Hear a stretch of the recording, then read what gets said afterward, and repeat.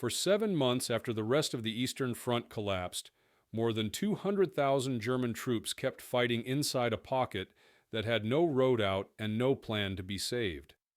Courland did not fall in a final battle. It was abandoned by history itself. The question is not how long they held, but why they were left there to the very end. The origins of the Courland pocket are rooted in the strategic shifts that followed Germany's failure to halt the Soviet advance after Operation Bagration in the summer of 1944. By late August 1944, the complete destruction of German Army Group Center had opened a vast gap in the Eastern Front, allowing Soviet forces to surge westward across Belarus and into the Baltic region. The Baltic states, Lithuania, Latvia, and Estonia, had been under German occupation since 1941 and functioned as a critical northern shield for the eastern flank of the Reich. These territories also contained important naval bases, airfields, and supply ports linking Germany to Scandinavia and the Baltic Sea. Germany's strategic objective in the Baltic region was twofold. First, the Wehrmacht sought to prevent the Soviet Union from reaching the Baltic coast and severing the land connection between Army Group North and the rest of the Eastern Front. Second, the region was seen as essential for protecting maritime routes between Germany and Finland, as well as for controlling access to the eastern Baltic Sea. Even as the broader strategic situation deteriorated in 1944, Adolf Hitler continued to regard the Baltics as a politically and militarily vital zone that had to be held at all costs. On the Soviet side, the liberation of the Baltic states formed part of a wider operational plan to eliminate German forces along the entire northern sector of the Eastern Front. By mid-1944, the Red Army had achieved numerical and material superiority across most categories. The Baltic fronts, later reorganized into the 1st, 2nd, and 3rd Baltic fronts, fielded approximately 900,000 to 1,000 troops, supported by more than 2,000 tanks and self-propelled guns, over 12,000 artillery pieces, and several thousand aircraft. Opposing them, German Army Group North commanded roughly 580,000 to 620,000 troops in the Baltics, with declining armored strength and an increasingly fragile logistics network. Public sentiment inside the Soviet Union by 1944 was shaped by 3 years of total war, mass civilian losses, and the destruction of large parts of Western Soviet territory. The reconquest of the Baltics was presented as the final stage of restoring Soviet control over territories annexed in 1940. German commanders proposed phased withdrawal plans toward shorter defensive lines closer to the German border. These plans, however, required political authorization and sufficient transport capacity, both of which were limited. Hitler repeatedly rejected withdrawals on ideological and prestige grounds, insisting that fortified positions in the Baltics could be held indefinitely. The strategic geography of Latvia played a decisive role in what was to follow. The region of western Latvia, known as Courland, is bounded by the Baltic Sea to the west and north, with its eastern approaches controlled by limited road and rail corridors. Once Soviet forces reached the coast near Memel in October 1944, Army Group North was effectively cut off from the rest of the German front. What remained inside this shrinking perimeter was a large but increasingly isolated German force, soon to become permanently encircled. By the autumn of 1944, all the conditions for the creation of a massive encirclement in Courland were in place. Soviet operational superiority, German overextension, rigid command decisions, collapsing logistics, and a strategic theater whose political importance outweighed its military sustainability. The stage was set for the formation of what would become Germany's last fortress on the Eastern Front. The opening phase of what would become the Courland Pocket began in September 1944, as Soviet forces initiated a sequence of operations aimed at severing German Army Group North from the rest of the Eastern Front. Following the collapse of German positions in Belarus during Operation Bagration, the Red Army redirected its momentum toward the Baltic Axis. The First Baltic Front, under Ivan Bagration, advanced rapidly through northern Lithuania, targeting the junction between Army Group Center and Army Group North. On 14 September 1944, Soviet forces launched the Riga offensive with the objective of capturing the Latvian capital and forcing a general German withdrawal from eastern Latvia. At the same time, the Third Baltic Front advanced from the northeast, applying pressure along the Pskov and Valmiera axes. German defenses were stretched across a wide front exceeding 400 kilometers, with limited mobile reserves and growing logistical weakness. By mid-September, Army Group North still fielded approximately 600,000 personnel, but fewer than 200 operational tanks were available across all panzer formations in the sector. The decisive operational rupture occurred in early October 1944. On 5th of October, Soviet forces broke through near Šiauliai and advanced toward the Baltic coast. By 10th of October, units of the 1st Baltic Front reached the coast near Memel, effectively cutting the land corridor between Army Group North in Latvia and the German forces in East Prussia. This maneuver isolated approximately 26 German divisions inside Latvia, including large elements of the 16th and 18th Armies. The encircled force initially numbered between 420,000 and 450,000 troops, supported by several hundred artillery pieces, limited armored units, and remnants of Luftwaffe formations operating from Courland airfields. German command initially did not recognize the full permanence of this isolation. Orders issued between 10 and 14 October treated the coastal breakthrough as a temporary setback to be repaired by counterattacks from the south. Several weakened German panzer divisions attempted to regroup near Tilsit and Tauroggen for a projected relief operation. However, these formations lacked the fuel and strength required for sustained offensive action. Soviet forces consolidated their coastal positions and integrated heavy artillery and anti-tank defenses along the new shoreline corridor, making any rapid German reopening of the land link increasingly improbable. The command structure inside the newly formed pocket remained intact during the initial days. Colonel General Ferdinand Schorner commanded Army Group North, overseeing both the 16th and 18th Armies. Communications with Berlin continued via radio and sea routes, though transmission reliability declined as Soviet air and naval activity intensified over the Baltic.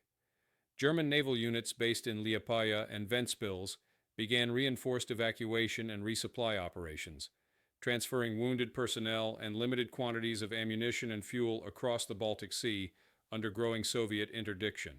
The civilian situation in Latvia deteriorated rapidly during the opening phase of isolation. German occupation authorities ordered selective evacuations from Riga, Jelgava, and smaller coastal towns ahead of the advancing Soviet formations. Between September and October 1944, an estimated 150,000 to 180,000 civilians were moved westward under German supervision, many via overcrowded transport vessels and rail lines operating under air attack. Thousands remained trapped between advancing front lines and the emerging pocket. Politically, the Soviet leadership framed the isolation of Army Group North as a strategic success that would remove an entire German army group from effective participation in the war without the need for immediate annihilation. Rather than committing massive forces to destroy the pocket at once, Soviet planners considered the option of containing the encircled formations while prioritizing the advance toward East Prussia, the Vistula Line, and Germany's central industrial regions. By 18 October 1944, the Courland pocket had fully taken shape. German forces inside the perimeter retained defensive cohesion, functioning command chains, and access to maritime supply, but all land-based reinforcement routes were cut. What had begun as a breakthrough maneuver now transformed into one of the largest and longest-lasting encirclements of the Second World War. The stage of open maneuver warfare had ended, and a prolonged siege without a defined end date had begun. Strategic goals and planning for both sides during the early phase of the Courland pocket were shaped by fundamentally different priorities that would define the character of the fighting for the next 7 months. For the Soviet High Command, the isolation of Army Group North in October 1944 created a strategic dilemma. whether to destroy the encircled forces immediately through large-scale offensive operations or to contain them with limited forces while directing the main operational effort toward East Prussia and the central sectors of the German front. The decision taken in late October favored containment combined with periodic offensives, rather than a single, all-out destruction campaign. Soviet operational planning assigned the task of containing the pocket primarily to the First and Second Baltic fronts. By late October 1944, these fronts fielded a combined strength of approximately 500,000 to 550,000 troops deployed along the Courland perimeter, supported by more than 1,200 tanks and self-propelled guns, over 7,000 artillery pieces, and several thousand logistical vehicles.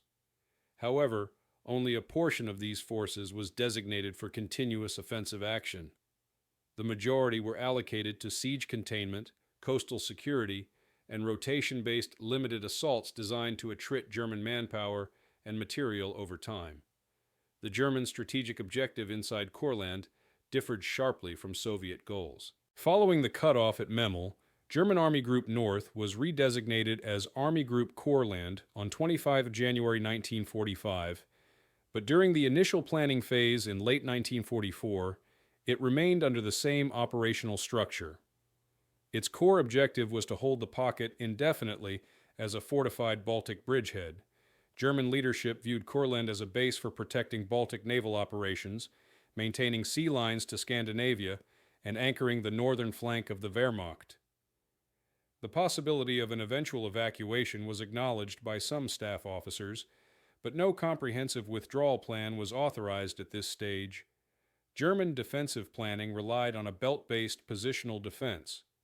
The perimeter of the pocket stretched roughly 230 kilometers from the Gulf of Riga along the Venta River basin and southward toward the Lithuanian border. Defensive sectors were divided between the 16th Army, holding the eastern and southeastern sectors, and the 18th Army covering the northern and western coastal approaches. Field fortifications included trench networks, reinforced strong points in villages and forest zones, and layered anti-tank obstacles. By November 1944, German engineers had constructed more than 1,500 kilometers of field fortifications, supported by thousands of minefields laid along all major approaches. Logistics played a critical role in German planning. With all land routes severed, Army Group Courland depended entirely on maritime supply through the ports of Liepaja and Ventspils. German Naval Command allocated transport tonnage specifically for Courland resupply, moving ammunition, fuel, food, and replacement personnel across the Baltic under constant threat from Soviet air and naval forces. Between mid-October and the end of November 1944, German naval transport delivered approximately 40,000 tons of supplies into the pocket while evacuating more than 70,000 wounded and non-essential personnel. Fuel deliveries were prioritized for artillery and limited armored reserves, while most motor transport was relegated to defensive mobility only. Soviet planning emphasized progressive reduction of the pocket through sector-based offensives rather than encirclement tightening alone. Each planned offensive aimed to compress the perimeter, seize rail junctions, and disrupt German command coherence. However, Soviet High Command also imposed strict limits on expenditure of forces, as priority formations were being transferred south for upcoming winter operations in Poland and East Prussia. As a result, the Courland battles were deliberately scheduled in phases, separated by operational pauses for regrouping and reinforcement. Intelligence assessments on both sides reflected partial accuracy and persistent miscalculation.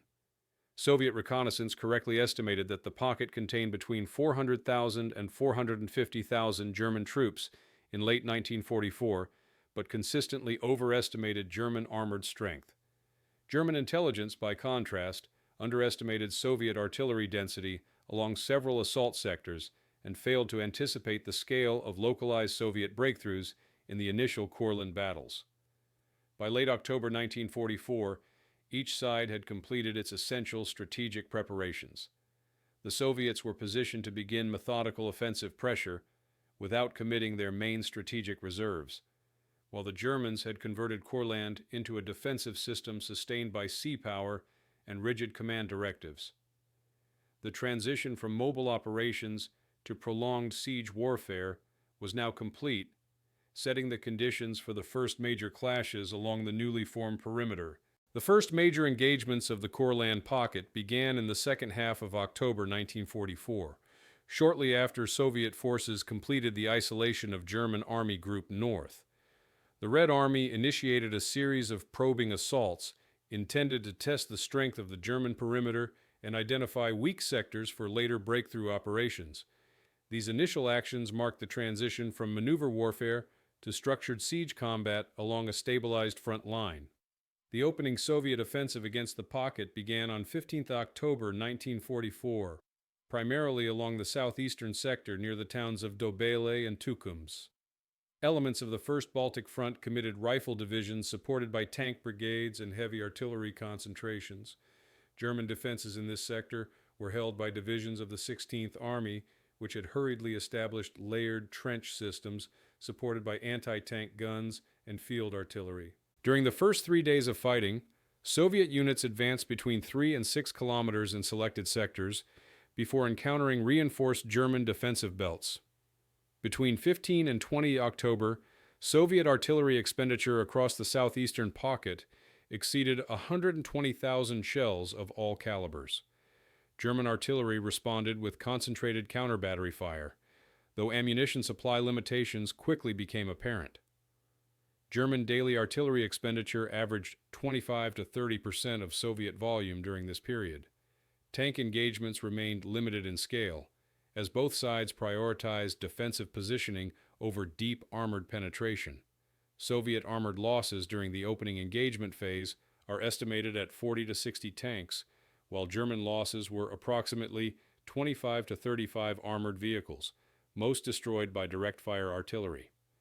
Civilian populations in the initial combat zones were subjected to rapid displacement. In the Dobele district alone, Soviet forces recorded the evacuation or flight of more than 12,000 civilians between 16 and 22 October as frontline positions shifted repeatedly. German demolition teams destroyed road bridges, rail switches, and communication nodes during tactical withdrawals, further complicating civilian movement and Soviet logistical follow-up. On 27 October 1944, Soviet command escalated pressure by opening a coordinated assault along the central sector of the pocket. This attack focused on the railway junctions linking Saldus, Kuldiga, and Skrunda. The objective was to fracture German internal supply routes and divide the pocket into smaller, isolated segments. The offensive involved multiple rifle corps supported by concentrated artillery barrages lasting up to 90 minutes per assault sector. Despite initial penetration of advanced German trench lines, the attack failed to achieve a decisive rupture. German defenders relied on rapid reinforcement using interior rail lines that remained operational within the pocket. Infantry battalions were shifted between threatened sectors within hours, allowing the Germans to counter several localized Soviet breakthroughs. Between 27 October and 1 November, German records indicate that more than 18 battalion-strength transfers were executed across the central pocket zone using limited but functional rail capacity. Casualties during this first major phase of fighting were substantial but did not yet approach the levels seen in later Courland battles. Soviet losses between 15 October and 3 November are estimated at approximately 20,000 to 24,000 killed and wounded. German losses during the same period are assessed at approximately 12,000 to 15,000 killed, wounded, and missing. Prisoner exchanges remained minimal, as most engagements involved contained infantry and artillery actions rather than wide encirclements. By early November 1944, it became evident to Soviet planners that the German perimeter in Courland had achieved a stable defensive coherence supported by naval supply and intact command infrastructure. The first engagements demonstrated that rapid destruction of the pocket through frontal assaults would require far greater force commitment than initially projected. As a result, Soviet command adjusted its approach toward a series of staged offensives separated by regrouping phases. The clash phase thus concluded with neither side achieving a strategic breakthrough. German forces retained control of all major ports, interior rail lines, and communication corridors. Soviet forces secured limited territorial gains, but confirmed the structural integrity of the Courland defense system. The operational character of the pocket was now firmly established as a prolonged siege supported by recurring offensive thrusts rather than a short-term encirclement battle. The escalation and crisis phase of the Courland pocket unfolded between early November and the end of December 1944, as Soviet command initiated a sequence of increasingly forceful assaults intended to compress the perimeter and exhaust German defensive capacity. By this stage, the encircled German forces had stabilized their front lines, but their numerical and material reserves were steadily declining. The Red Army sought to exploit this imbalance through sustained operational pressure across multiple sectors rather than concentrating on a single breakthrough axis. On 5 November 1944, Soviet forces launched a renewed offensive along the central and northeastern sectors of the pocket, targeting the railway corridor linking Saldus and Kuldiga. The attacking formations included multiple rifle corps supported by heavy artillery groupings and tank brigades. Preparatory fire in several sectors exceeded 10,000 shells per kilometer of front. Despite this concentration, German trench systems, reinforced by forest cover and pre-registered artillery fire, absorbed much of the impact. Soviet infantry achieved penetrations of 2 to 4 kilometers in selected zones before being halted by counterattacks supported by assault guns and anti-tank batteries. Between 5 and 22 November, the fighting intensified into continuous positional combat. German rear area logistics came under regular Soviet air attack, while Soviet supply routes faced growing strain from extended road networks and autumn mud conditions moving into early winter freeze. Daily artillery exchanges became the dominant feature of combat. German ammunition consumption during this period exceeded 60% of planned monthly supply allocations, forcing strict rationing of artillery fire in secondary sectors. A second escalation occurred in early December 1944 with the launch of a broader Soviet offensive across much of the perimeter. On 12th December, synchronized attacks commenced near Prikul, Skrunda, and the Venta River line. The objective was to fracture the German defensive belts protecting the western and central pocket. Soviet units achieved deeper localized penetrations than in November, in some cases advancing 6 to 8 kilometers over 3 days of fighting. German command transferred emergency reserves from quieter coastal sectors to seal these breaches. The crisis for German forces during December was not defined solely by territorial loss, but by the accelerating depletion of operational reserves. Armored strength inside the pocket declined steadily. By mid-December 1944, total operational German tanks and assault guns in Courland fell below 150 vehicles across all divisions combined. Fuel stocks were increasingly reserved for artillery prime movers and limited counterattack elements. Soviet administrations entering contested zones reported that in several districts over 50% of housing had been destroyed since October. Civilian casualties from indirect fire, forced movements, and shortages continued to accumulate, with local death registers reflecting several thousand non-combat fatalities by the end of December. International attention remained limited, but German political leadership emphasized the continued defense of Courland as proof of resistance on the Eastern Front.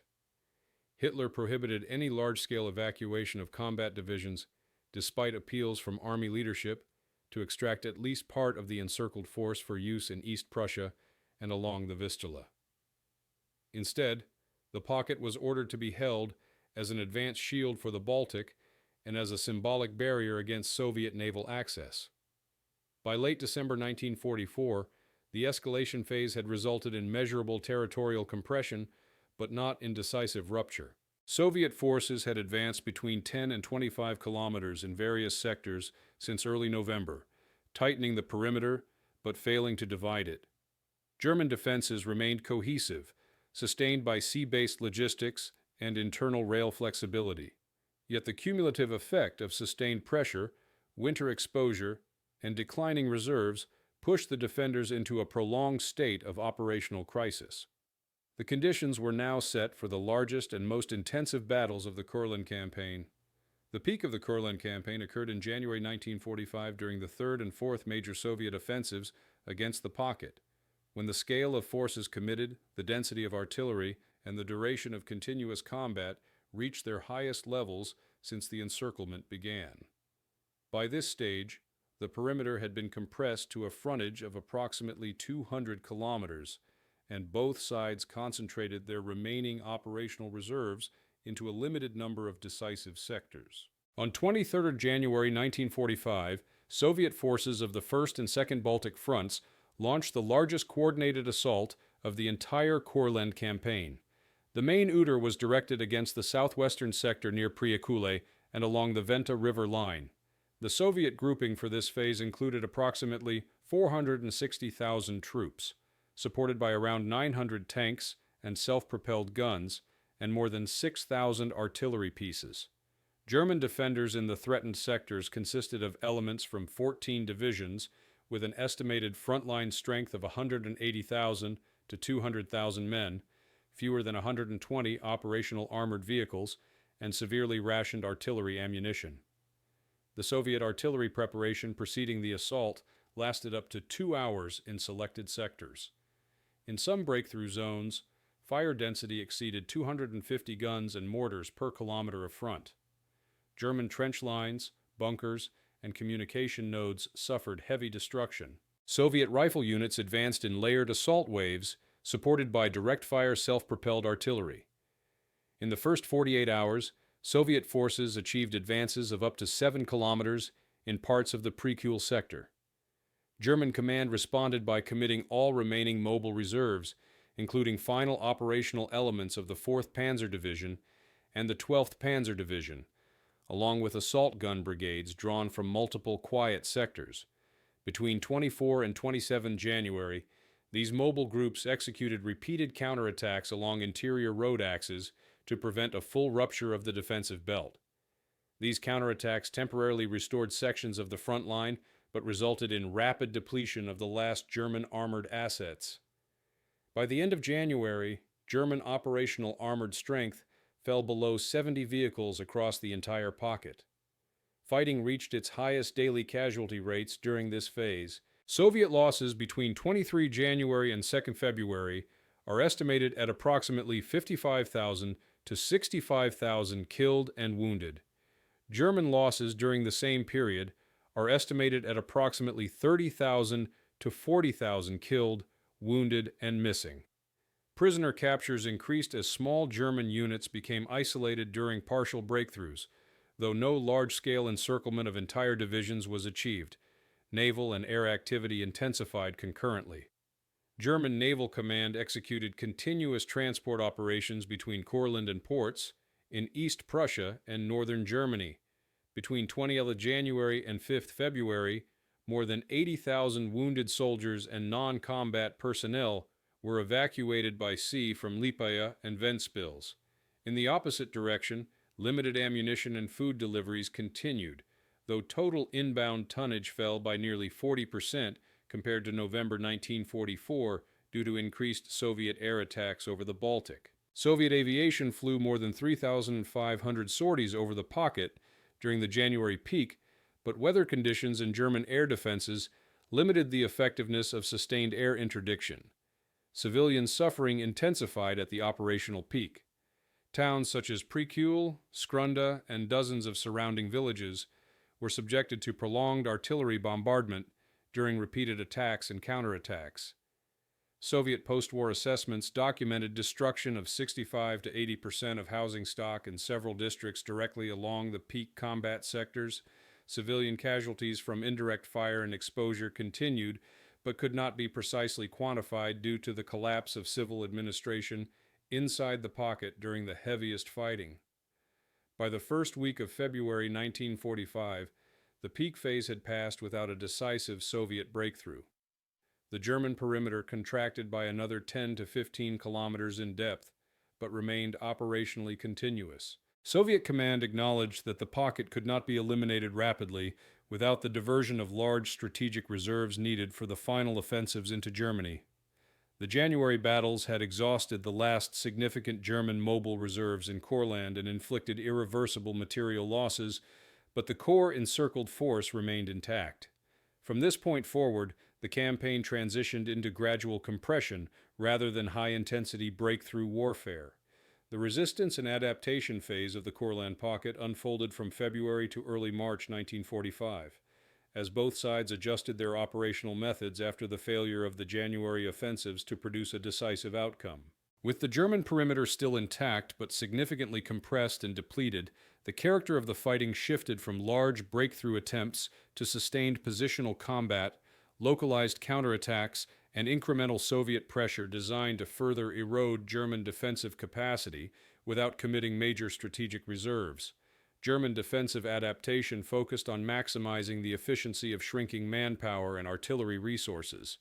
Divisions inside Courland reorganized their frontline structure, reducing the number of continuous trench lines and instead concentrating forces around nodal strongpoints covering road junctions, forest corridors, and coastal approaches. Several depleted infantry divisions were consolidated into ad hoc combat groups composed of 2 to 3 understrength regiments, supported by a reduced complement of artillery and anti-tank units. By mid-February 1945, average infantry battalion strength in many Courland divisions had fallen to 250-350 men. Artillery employment on the German side became increasingly selective. Fire missions were restricted almost entirely to defensive barrages against Soviet infantry attacks and counter-battery response during artillery preparations. Daily German shell expenditure in February dropped to an estimated 30-35% of the November 1944 levels. Soviet artillery, by contrast, maintained higher rates of fire, though ammunition supply was now prioritized for upcoming strategic operations west of the Vistula and Oder rivers. As a result, Kurland gradually became a secondary fire support theater within the overall Eastern Front system. Soviet adaptation emphasized steady compression of the pocket rather than shock penetration. Rifle divisions conducted limited objective attacks, supported by short artillery preparations lasting 15 to 30 minutes. These actions aimed to seize tactically dominant terrain such as forest ridgelines, villages controlling road intersections, and river bends suitable for later advance. Between 5 and 25 February, Soviet forces advanced an additional 5 to 12 kilometers in several sectors, particularly along the central and northeastern perimeter. German counteractions during this phase relied on small, localized counterattacks conducted by assault gun detachments and rapidly assembled infantry reserve companies. These counterattacks often involved no more than 10 to 15 armored fighting vehicles and 2 to 3 infantry battalions. Their purpose was not to restore lost strategic ground, but to disrupt Soviet forward assembly areas, recapture artillery observation points, and slow construction of new Soviet firing positions. Between February 10th and March 1st, German records indicate more than 70 such localized counteractions across the pocket. Air operations reflected the broader strategic imbalance. Soviet aviation conducted regular reconnaissance and limited ground attack sorties, but Courland no longer ranked among top Soviet air priority sectors. German air activity was reduced primarily to transport, medical evacuation, and occasional low-altitude interdiction flights using Ju-52s and remaining fighter-bomber elements operating from short coastal airstrips. Aircraft losses on both sides declined compared to earlier phases due to lower sortie density and deteriorating weather conditions. Civilian life inside the pocket entered a prolonged crisis phase. With organized evacuations largely complete and supplies critically limited, thousands of civilians remained trapped in combat zones without stable access to food, heat, or medical care. German authorities imposed requisition measures across remaining villages to support military supply requirements. Soviet intelligence reports estimate that by March 1945, food availability for civilians in several districts had fallen to less than 60% of pre-war subsistence levels. Epidemics of typhus and respiratory disease were reported in multiple coastal settlements. The psychological condition of both armies diverged sharply during this period. For German forces, long-term isolation, rigid defensive orders, and awareness of catastrophic developments inside Germany undermined confidence in any strategic relief. Yet discipline remained largely intact, due to strict command enforcement and the absence of retreat alternatives. Soviet morale in Courland was increasingly shaped by the perception that the pocket was strategically isolated from the decisive battles now unfolding in Poland and Germany, reducing expectations of rapid operational resolution. By early March 1945, the resistance and adaptation phase had stabilized into a pattern of constant low to medium intensity combat. The German defensive system remained coherent, but increasingly hollowed out by attrition and material depletion. Soviet forces had adapted their operational tempo to a sustained containment mission, accepting that Courland would be neutralized gradually rather than through sudden collapse. The strategic tension now shifted toward the question of whether the pocket would be destroyed by further Soviet offensives or rendered irrelevant by events elsewhere on the collapsing Eastern Front. The turning point of the Courland pocket was defined not by a single battlefield collapse, but by the strategic developments of March and April 1945, when the ongoing existence of the isolated German force ceased to have any meaningful influence on the broader course of the war. While fighting inside Courland continued at a reduced but steady intensity, the decisive shift occurred elsewhere on the Eastern Front, as Soviet armies crossed the Oder River, entered East Prussia in force, and began the final approach toward Berlin. From this moment onward, the fate of Army Group Courland was no longer governed by local military conditions, but by the impending political and military collapse of the German Reich. By mid-March 1945, Soviet forces around Courland had fully transitioned from containment through compression to containment through strategic irrelevance.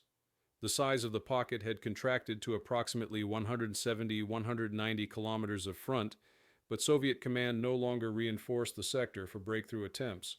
Instead, additional formations were transferred south to support the East Prussian and Berlin operations. The Baltic Front forces assigned to Courland were reduced in priority for ammunition, fuel, and replacement personnel, confirming that the pocket was no longer considered a decisive operational objective. Inside the pocket, German command attempted to maintain operational structure despite the absence of any realistic prospect of relief. On 25 January 1945, Army Group North was formally redesignated as Army Group Courland, symbolizing both its permanence as an isolated force and its political transformation into a static holding formation. Colonel General Ferdinand Schorner retained command briefly before being reassigned, and command passed through successive senior officers as Berlin's ability to directly manage the enclave diminished under the pressure of the war's final phase.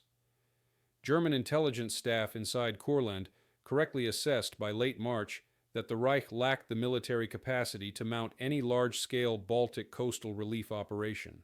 Limited evacuation continued by sea, primarily involving wounded personnel, specialists, and selected technical units, but large formations were deliberately left behind under direct orders from Berlin. Between March 1st and April 15th, approximately 35,000 additional personnel were evacuated by sea, while the main body of over 200,000 German troops remained confined within the shrinking perimeter. The last significant Soviet offensive action against the pocket began on 17th of March 1945 along the central sector near Saldus. This limited assault was designed to further compress German lines and test remaining defensive coherence rather than to annihilate the force. Soviet rifle divisions supported by artillery groups advanced 2 to 3 kilometers in several sectors before encountering coordinated German defensive fire and small-scale counterattacks. By 23rd March, the offensive was halted by operational order as Soviet forces were redirected toward final battles in East Prussia and along the Oder. Material conditions inside the pocket reached critical levels during April 1945. German fuel stocks were nearly exhausted outside of emergency artillery and evacuation requirements. Artillery units reported firing limits of fewer than 10 rounds per gun per day. Infantry battalions in April averaged effective combat strengths of 180 to 250 men. Medical supply shortages became acute, with evacuation by sea remaining the only means of treating large numbers of severely wounded personnel. Civilian food stocks were likewise approaching exhaustion in several coastal districts. The decisive turning point came not from a military rupture in Courland, but from the collapse of Germany's political and military leadership structure. On 30th of April 1945, Adolf Hitler committed suicide in Berlin. Within days, Grand Admiral Karl Donitz assumed the role of head of state and initiated negotiations aimed at surrender to the Western Allies while attempting to delay full capitulation in the East. For Army Group Courland, cut off and surrounded, these political developments marked the irreversible end of all strategic relevance. By early May 1945, Soviet forces around Courland maintained full operational containment with minimal offensive engagement. German resistance, though still organized, was now functionally detached from any strategic purpose. The transformation of the Courland pocket from a contested military fortress into a politically abandoned enclave was complete. The final outcome would no longer be determined by battlefield maneuver, but by surrender negotiations unfolding hundreds of kilometers away in the collapsing heart of the Third Reich. The aftermath and withdrawal phase of the Courland pocket unfolded during the first 2 weeks of May 1945, following the political collapse of the Third Reich and the issuance of surrender orders affecting all remaining German forces on the Eastern Front. Although large-scale combat in Courland had largely ceased by late April, two substantial German field armies, the 16th and 18th, remained fully deployed inside the pocket with organized command structures, intact front lines, and an estimated strength of approximately 200,000 to 220,000 troops. On 7th of May 1945, representatives of the German High Command signed the Act of Unconditional Surrender in Reims, which came into effect on 8th of May at 23:01 Central European Time. Due to communication delays and localized command uncertainty, formal transmission of surrender orders to Army Group Courland was completed between the late hours of 8th May and the early morning of 9th May. Until these orders were confirmed, German frontline units maintained defensive posture, manning trenches, observation posts, and artillery positions without initiating further offensive actions. Soviet forces surrounding the pocket had already transitioned to a full ceasefire posture ahead of the formal surrender timetable. Artillery fire ceased across most sectors by the night of 8th May. On 9th May 1945, Soviet forward reconnaissance units began advancing toward German lines under flags of truce to establish contact with German staff officers and coordinate large-scale surrender procedures. Within 24 hours, organized resistance across the entire Courland perimeter ended. The formal surrender of Army Group Courland occurred in multiple stages between 9 and 12 May 1945. German units were ordered to disarm in designated assembly areas under Soviet supervision. Heavy weapons, including artillery, mortars, and remaining armored vehicles, were destroyed in place or surrendered intact where transport was possible. Soviet records indicate that approximately 180,000 to 190,000 German soldiers were taken into captivity during this process. The remaining balance consisted of wounded evacuated earlier by sea, personnel lost during previous combat, and small numbers who perished due to disease, exposure, or final skirmishes occurring before full implementation of the ceasefire. The condition of surrendered German units varied considerably. Several divisions had retained internal discipline and unit cohesion to the end, while others existed only as battalion-sized remnants consolidated into ad hoc regimental structures. Armored formations surrendered fewer than 30 operational vehicles in total. Artillery units reported large quantities of immobile or tube-borne guns rendered unusable by ammunition depletion and mechanical fatigue. Civilian conditions during the surrender phase reflected prolonged deprivation. Soviet military administrations entering the former pocket documented extensive destruction across western Latvia. In many districts, housing loss exceeded 60%, with water systems, rail infrastructure, and power generation facilities either destroyed or non-functional. Civilian mortality during the final weeks of isolation was attributed primarily to malnutrition, untreated illness, and delayed medical evacuation. Soviet authorities immediately initiated filtration, security screening, and reconstruction planning across the former pocket territory. German prisoners of war were assembled in temporary holding areas and later transported eastward in stages for long-term captivity. Latvian civilians suspected of collaboration with occupation authorities were subjected to investigation, while others were mobilized for emergency infrastructure repair and agricultural recovery. Naval evacuation activity terminated on 8 May. Between October 1944 and May 1945, German sea transport operations had evacuated more than 350,000 personnel from Courland, while delivering tens of thousands of tons of supplies. After surrender, remaining German naval vessels in Liepaja and Ventspils were seized by Soviet authorities or scuttled by their crews. With the surrender of Army Group Courland, the last organized German field force east of the Oder River ceased to exist. The prolonged encirclement that had begun in October 1944 ended not through a final battlefield collapse, but through the political and military disintegration of Germany itself. The siege concluded without a decisive terminal battle, yet it removed the last German-controlled territory on the Eastern Front and brought an end to active combat in the Baltic theater. The legacy and historical significance of the Kurland pocket lie not in territorial conquest or decisive battlefield victory, but in the prolonged existence of a large, isolated German force whose continued resistance had no meaningful influence on the final outcome of the war. From October 1944 to May 1945, between 200,000 and 220,000 German troops remained encircled in western Latvia for more than 7 months.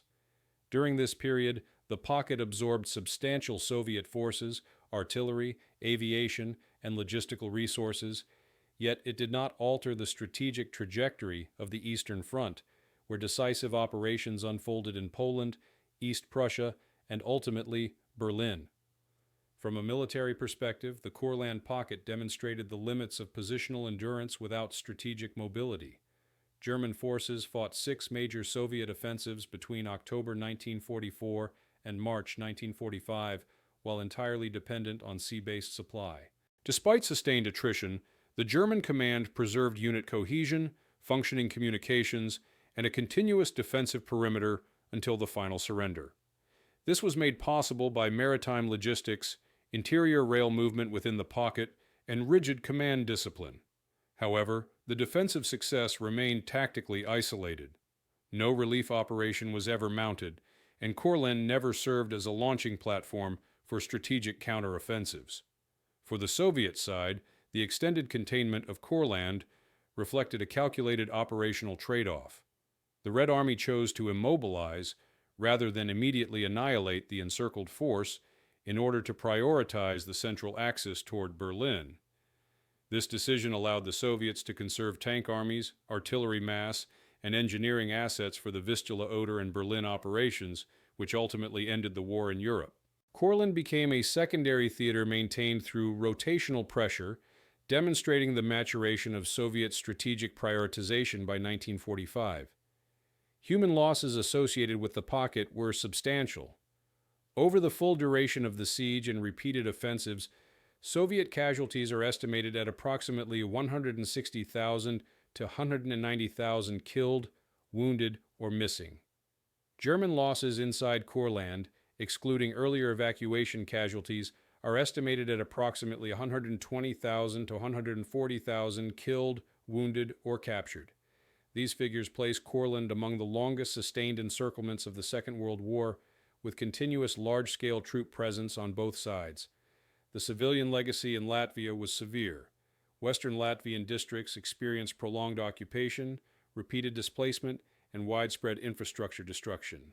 By May 1945, entire regions faced chronic food shortages, housing loss exceeding 60% in many districts, and widespread disruption of agriculture and industry. Post-war recovery required several years of reconstruction under Soviet administration.